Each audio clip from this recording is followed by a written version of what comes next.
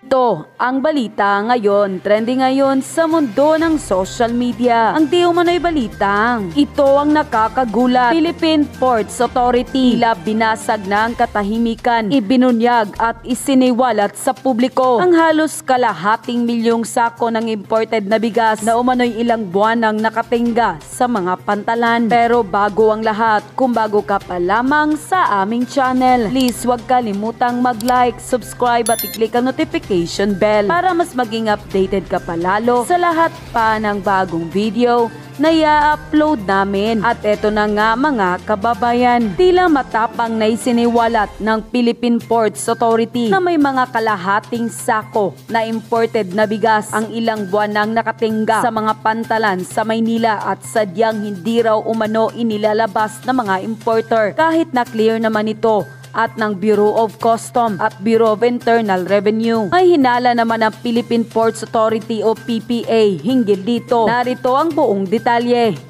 Personal na ipinasilip ng Philippine Ports Authority o PPA ang sitwasyon sa mga pantalan sa Maynila kung saan dinadala ang mga shipping container van na naglalaman ng mga kargamento mula sa iba't ibang bansa. Layunin itong maipakita sa publiko na walang port congestion at maluwag pa ang loob ng mga nasabing pantalan. Nauna na kasing sinabi ni Department of Agriculture Secretary Francis Tio Laurel Jr. na isa ang port congestion sa mga dahilan kung bakit nanatiling mataas ang presyo ng bigas sa bansa. Ito ay kahit pa ibinabana ng pamahalaan ang taripang ipinataw sa mga inaangkat na produkto katulad na lamang ng bigas, paliwanag ng kalihim. Matagal na ilalabas ang mga ito kung saan may storage fee kada araw at posibleng dinagdagan ito ng mga importer kapag ibinabagsak na ang mga bigas sa merkado. Ngunit ang pahayag na ito ni Agriculture Secretary Tio Laurel Jr. ay itinanggi ni PPA General Manager na si Jay Santiago noong araw ng Huwebes.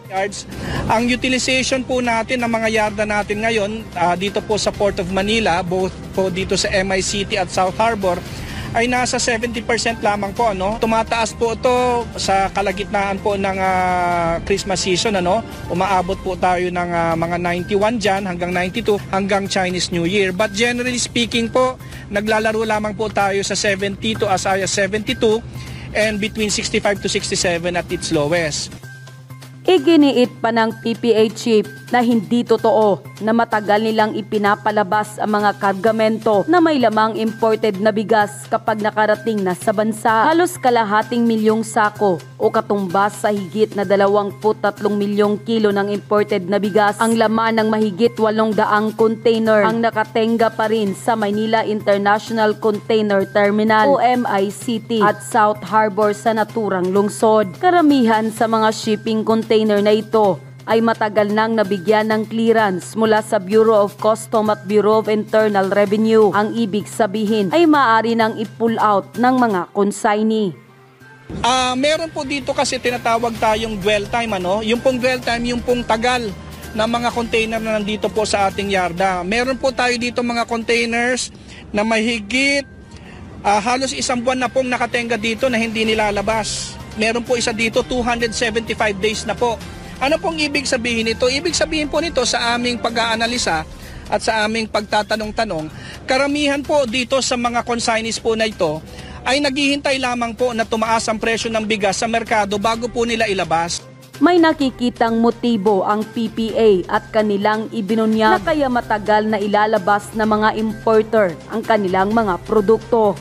In fact, ang ginagawa nila dito ay gano'n na din lang, parang kumbaga pinapatagal mo dito. So pareho na din lang yun, nagkaiba lang ng lokasyon pero hoarding na din natin matatawag yun. Sa ngayon, pag-aaralan na ng PPA ang mga pagpapataw ng double storage fee o penalty sa mga importer na ilang buwan nang nakatambak ang mga containers sa mga pantalan. Simula rin sa October 1 taong kasalukuyan, ay ilalabas na nila ang kanilang mga social media accounts ang listahan ng mga importer na hindi tumatalimas sa kautusan. Narito naman ang pagpapaliwanag ni Mr. Real Talker kaugnay sa usaping ito. Oh, ba't di pa yan nire-release? Bakit naghihintay pa? Naghihintay pa kayo ng right timing? Eleksyon. Gets mo na agad eh. Kasi malapit na eleksyon, ita-timing muna na malapit ang eleksyon para, di ba? Wow, bumaba ang kilo ng bigas para plus factor na naman kayo. Papogi na naman kayo. Di ba? Kung nirelease pa yan, di ba? At hindi ignored. So, at least, kahit papano, pababa ang presyo. Wala. May plano pa yan eh. Baka lagyan pa kayo ng pangalan. Baka lagyan pa yan nila ng tatak. Patay na. Samantala, nang lumabas ang balitang ito ay hindi naman mapigilan ng marami sa ating mga kababayan na magbigay ng kanilang hinaing at komento sa mundo ng social media. At ayon pa sa kanila, pinapahold pa ng mga negosyante kasi may bigas pa silang ilalabas. Pag nilabas yan, bababa ang bigas nila sa kawalayang kinalaman sa mga Duterte. Kaya wala silang paki dyan. Ang misyon ng mga tauhan ni Bangag ay trabahuin ng mga Duterte. Hindi naman siya makikinabang sa pagbabagsak sa mga Duterte. Si Tambaloslos ang makikinabang. Sabi ni Gimbo ay ama nila, ama ng mga Crocs. Baka busy pa sila sa pagpagawa ng mga tarpaulin para sa pangalan at mukha nila. Tapos todo ngiti naman ang mga pulpol na politiko sa pag-distribute ng mga bigas na kunwari ay nagmamahal sa taong bayan. Kaya tulad ng sabi ni Tatay Digong, tanggapin nyo na lang yan dahil pera natin yan. Basta iboto natin yung mga nararapat. Siguro kaya ayaw nila ilabas yan. Pagdating na malapit na ang halalan, doon nila ilalabas. Kaya mga kababayan, huwag na tayong palokos sa mga nakaupo ngayon. Matindi sila magbudol ng tao. Sa totoo lang, hindi kailangan ng Pilipinas na mag-import ng mga bigas. Kaya lang nang dahil sa korupsyon, nagkaganito ang Pinas. Hay, sana magmamasid na tayo. Huwag nang pili ng mga politikong mga walang kwenta sa bansa. Unquote. Pag-uusapan natin ngayon, ito po, no?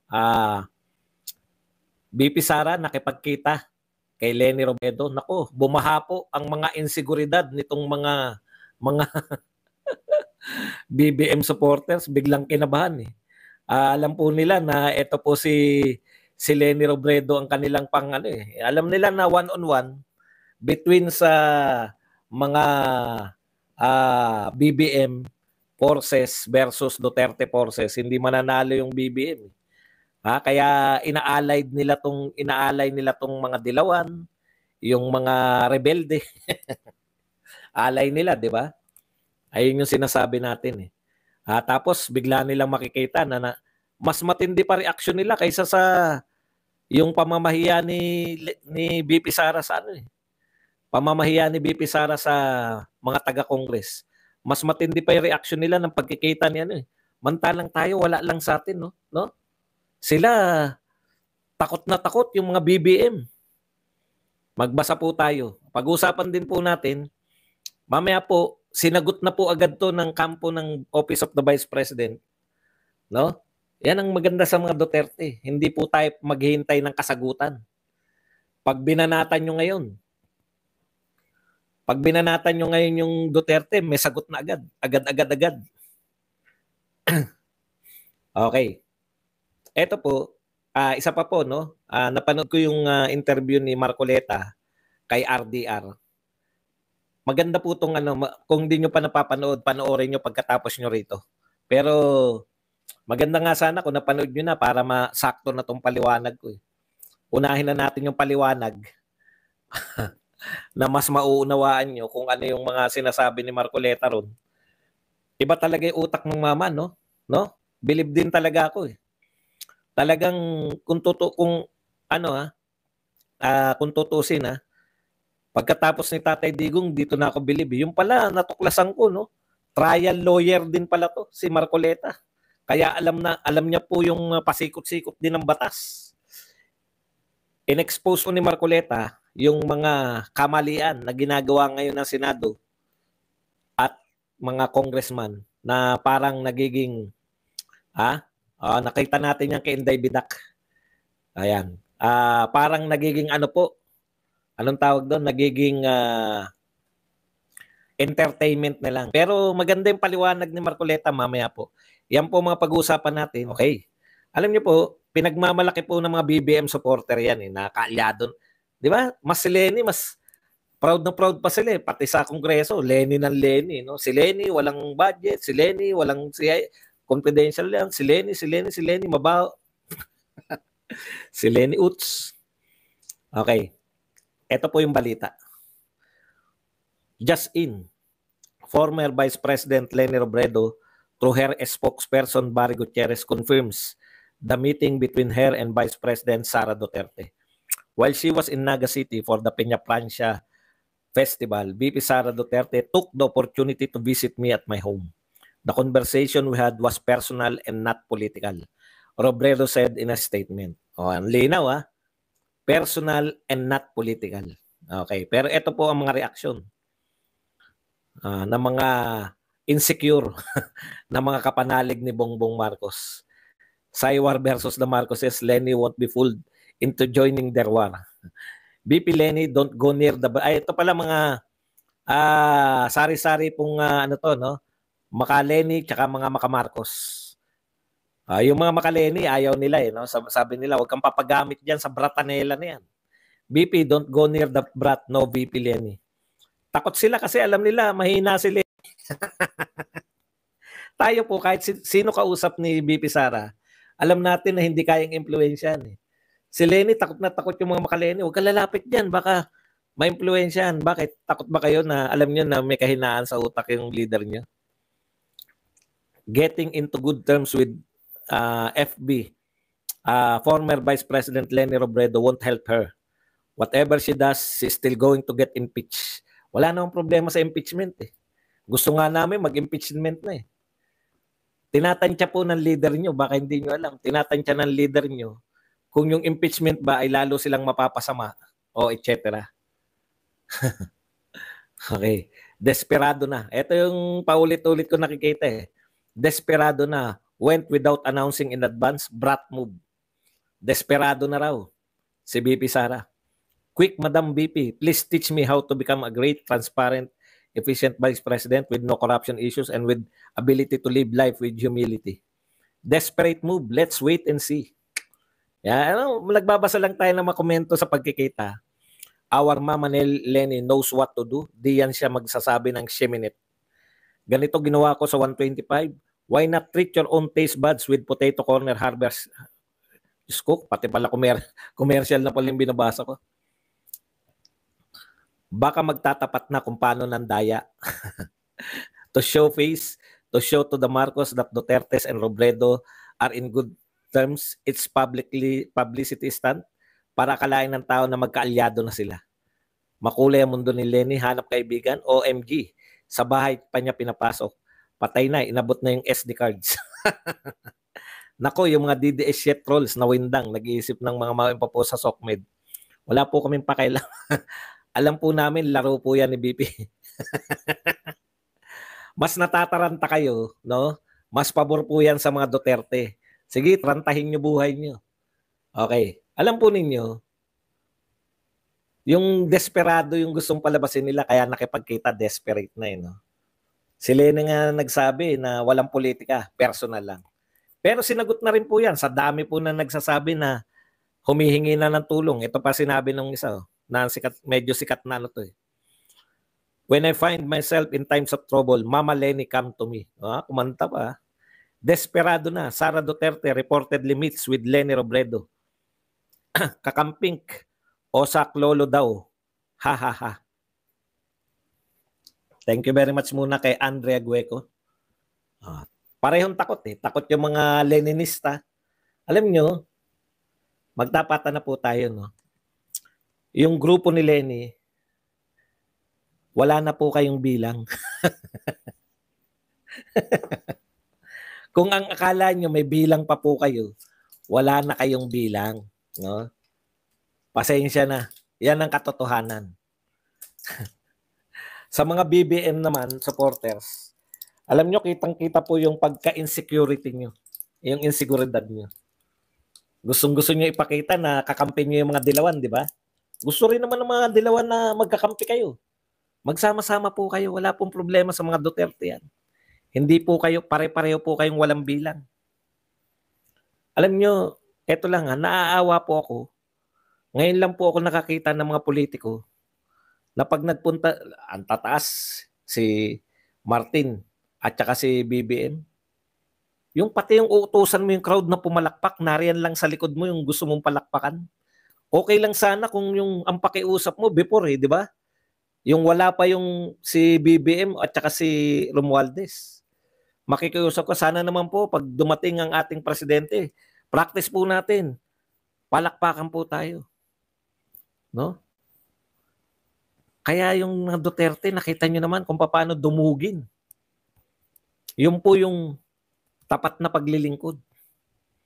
Sinusuklian po ng tao ng masigabong palakpakan ng talagang todo-todong yung pagmamahal na binigay ng Duterte, sinusuklian nila ng pagmamahal din. Okay. Para po matuldukan na kung ano po yung ginawa ni BP Sara, bakit po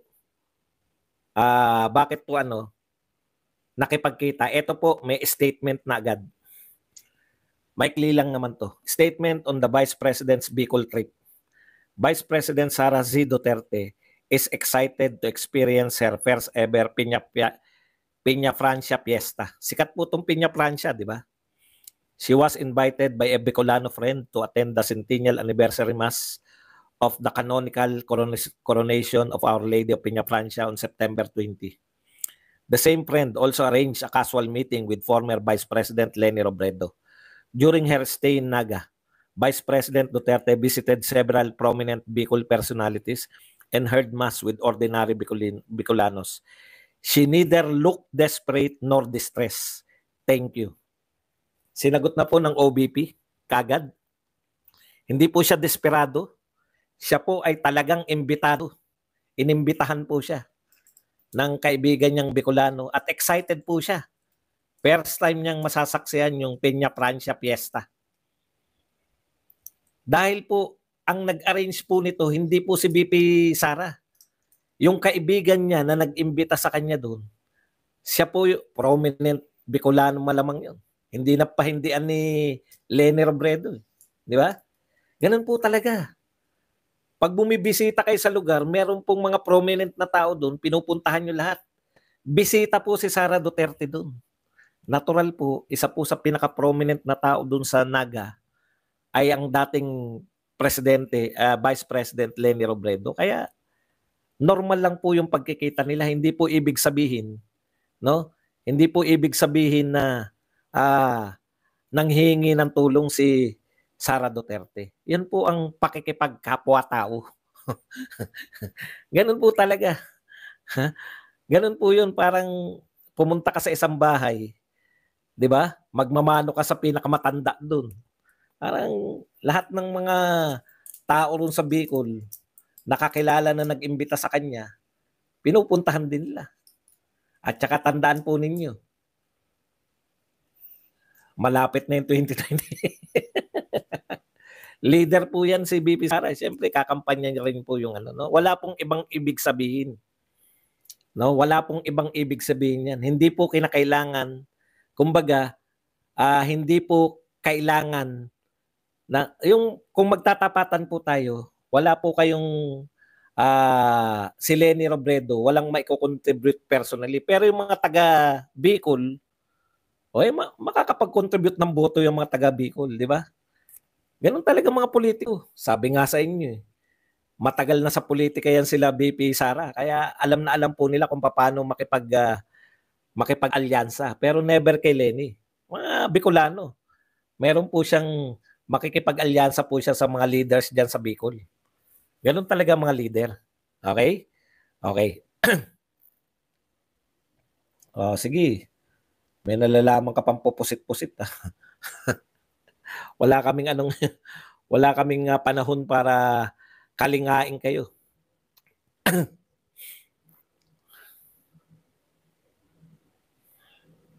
Okay. Ito pa po.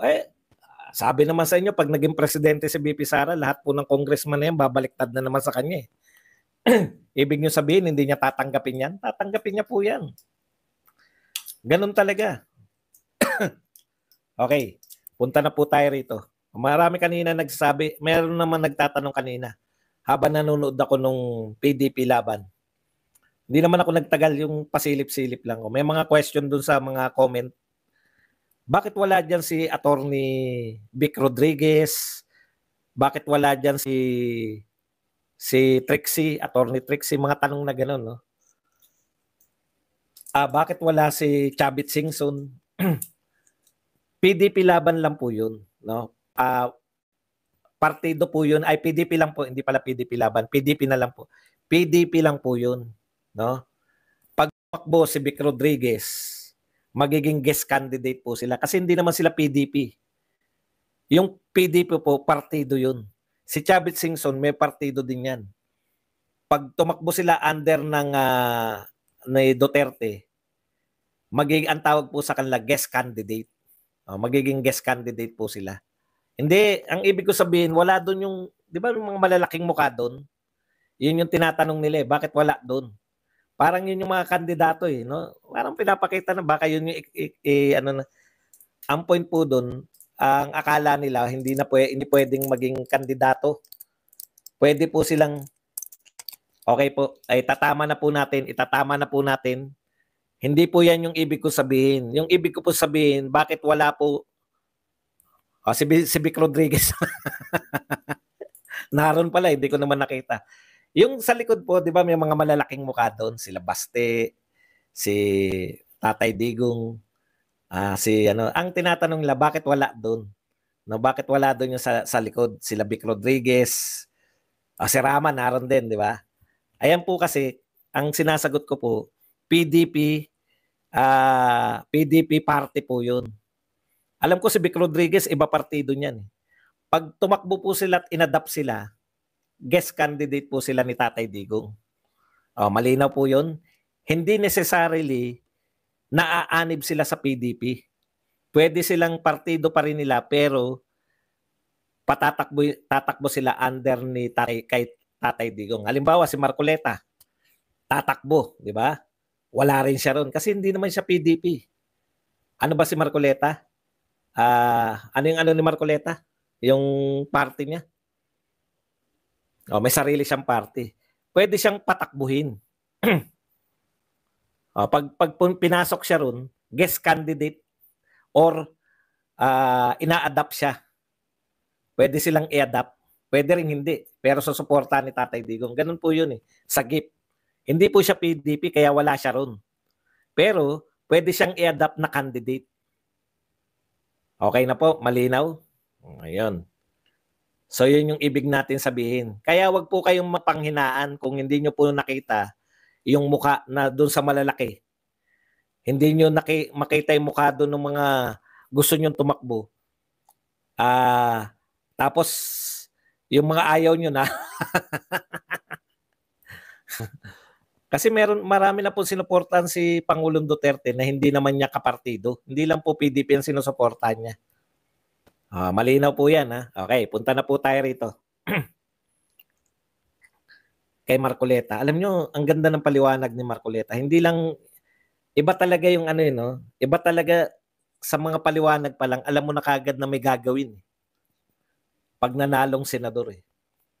Kasi pinapaliwanag niya, una lang naging usapan, bakit hindi pumapasok yung foreign investor sa Pilipinas? Napakasimple lang ng paliwanag, di ba? Actually, sinasabi na natin yan, kaya lang, mas magaling talaga magpaliwanag yung... Diyan ako aminado eh, no? Mas magaling talaga magpaliwanag sila Marcoleta eh, kaysa kay Badong. Nakukuha nyo? Madali siguro kung intindihin, pero nakabatay kasi sa batas eh. Siyempre tayo, madali ko lang mapapaunawa sa inyo. Yun siguro yung papel ko sa buhay. Yung mahihirap na konsepto ng politika, kaya nating pababain para mas maunawaan na mas nakakarami. Okay. Pero ang gusto ko kay Marcoleta, yung nilalaman ng batas na uunawaan natin. Ay wala na, matagal na pong binasura si Tol. Matagal na po na maalam, matagal na po. Si Tolentino po, doon na po sa partido ni Marcos tatakbo. Okay, balikan natin. Unang bahagi nung interview nyo kay RDR. Lagi ko nakikita RDR na yan sa pampayaman yan, di ba? Unang mga punto niya. Bakit hindi pumapasok yung foreign investors? Bakit hindi yung mayaman ng Pilipinas walang foreign investors gano? Mahal ang kuryente, traffic, di ba? Ano pa ba yung mga sinabi? Punuan nyo na lang ha. Mahal ang kuryente, traffic, bakit mahirap ang Pilipino yata yung tanong nila. Mahal ang kuryente, traffic, mahal ang bilihin, bakit mahal ang bilihin, sa hoarders, etc. etc. So ang daming problema ng Pilipinas. Tax ba? Parang hindi ko narinig yung tax doon. Marami siyang sinabi, pero yun yung maling paggamit ng mga lupain, mahal ang internet pero mabagal. Okay. Worst airport, yan tama yan. So understandable yun, di ba? Ngayon, ang question doon, ano yung ginagawa ng Estado? Ano yung ginagawa ng Kongreso para makatulong? Corruption. Bakit mahirap ang Pilipinas? Yun yung buong ka. Boring ako. Bakit ka nagtatiyaga dito? Huwag ka magtiyaga.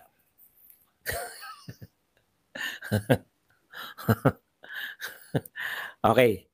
Ito po, ano yun natin, no? Yung isa-isay natin. Okay na yan. Understandable yan. Simple lang yung sinabi niya, no? Mahal ang internet pero napakabagal. Ito po, katunayan. Ang bagal ng internet natin. Okay. Kaya mahirap ang Pilipino. Hoarders, mapagsamantala, marami. Pero paano nakakatulong yung Kongreso? Hindi nakakatulong yung Kongreso. Meaning po ng Kongreso, Senado at saka House of Representatives. No? Dalawa po kasi yung Congress Senate and House of Representatives. Bakit po? Kasi masyadong abala yung Senado at saka yung HOR sa hindi nila trabaho, lalo na po yung Senado. Hindi naman nila trabaho yung maging korte. Nakita nyo, matagal na natin sinasabi yan. Kaya lang, yung pag si Marcoleta nagsalita, may mga batas siyang pinagbabatayan. Tayo, alam natin yun in principle. No? Kaya hindi lang natin masite yung batas.